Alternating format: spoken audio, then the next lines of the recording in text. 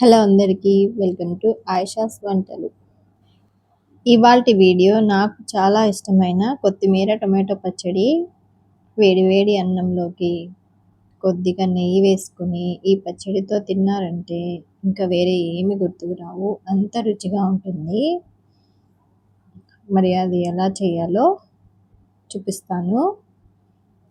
దీనికోసం ముందుగా స్టవ్ మీద కడాయి పెట్టి 1/2 టేబుల్ స్పూన్ నూనె వేసి 1 టేబుల్ స్పూన్ పచ్చిశనగపప్పు, 1 టేబుల్ స్పూన్ మినప్పప్పు వేసి ఒక 2 నిమిషాల పాటు ఫ్రై చేసుకోవాలి.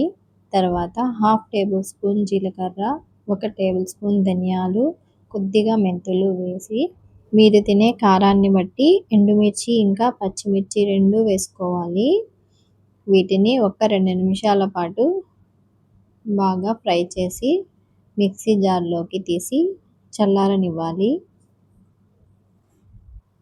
తర్వాత అదే కడాయిలో 1 టేబుల్ స్పూన్ నూనె వేసుకుని 1/2 కిలో టమాటోలు అలాగే కొద్దిగా చింతపండు వేసి ఒక్కసారి కలుపుకొని మూత పెట్టి టమాటాలు మెత్తగా మగ్గే వరకు ఉడికించుకోవాలి.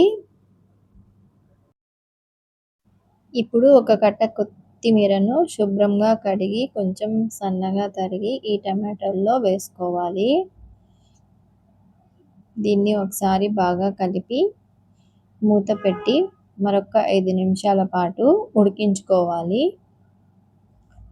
ఇప్పుడు మంటను ఆపేసి ఈ మొత్తాన్ని చల్లారనివ్వాలి. ముందుగా ఫ్రై చేసుకున్న దినుసులు చల్లారాయి. దానిలోకి 4 వెల్లుల్లి రెబ్బలు, రుచికి సరిపడా ఉప్పు వేసి బాగా మెత్తగా మిక్సీ పట్టుకోవాలి. ఇప్పుడు టమాటో కొత్తిమీరను కూడా వేసుకుని కొంచెం బరకగా మిక్సీ పట్టుకోవాలి. ఇప్పుడు దీనికి పోపు పెట్టుకుందాం. దానికోసం కడాయిలో 2 టేబుల్ స్పూన్ల నూనె వేసుకొని 1 టేబుల్ స్పూన్ పచ్చిశనగపప్పు, 1 టేబుల్ స్పూన్ మినప్పప్పు వేసి ఒక 2 నిమిషాలు ఫ్రై చేసుకోవాలి. తర్వాత 1 టేబుల్ స్పూన్ ఆవాలు, 1 టేబుల్ స్పూన్ జీలకర్ర వేసి 1 నిమిషం పాటు ఫ్రై చేయాలి. తర్వాత 2 ఎండుమిరపకాయలను తుంచి వేసుకుని 1 నిమిషం పాటు ఫ్రై చేయాలి. తర్వాత కొద్దిగా ఇంగువ, కొంచెం కరివేపాకు వేసుకొని కరివేపాకు చిటపటలాడిన తర్వాత మనం ముందుగా మిక్సీ పట్టుకున్న పచ్చడిని వేసుకోవాలి. తర్వాత ఒక చిన్న సైజు ఉల్లిపాయని సన్నగా తరిగి వేసుకోవాలి. ఇప్పుడు మొత్తం బాగా ఒకసారి కలిపేసి మంటను ఆపేసి ఇంకా సర్వ్ చేసుకోవటమే. చాలా రుచిగా ఉండే కొత్తిమీర టమాటో పచ్చడి రెడీ అయిపోయింది. మీకు కూడా నచ్చిందా? మరి అయితే మీరు కూడా ఈ పచ్చడిని ట్రై చేసి టేస్ట్ ఎలా ఉందో నాకు కామెంట్స్లో చెప్పండి. ఈ వీడియో నచ్చినట్లయితే ఒక చిన్న లైక్ చేయండి.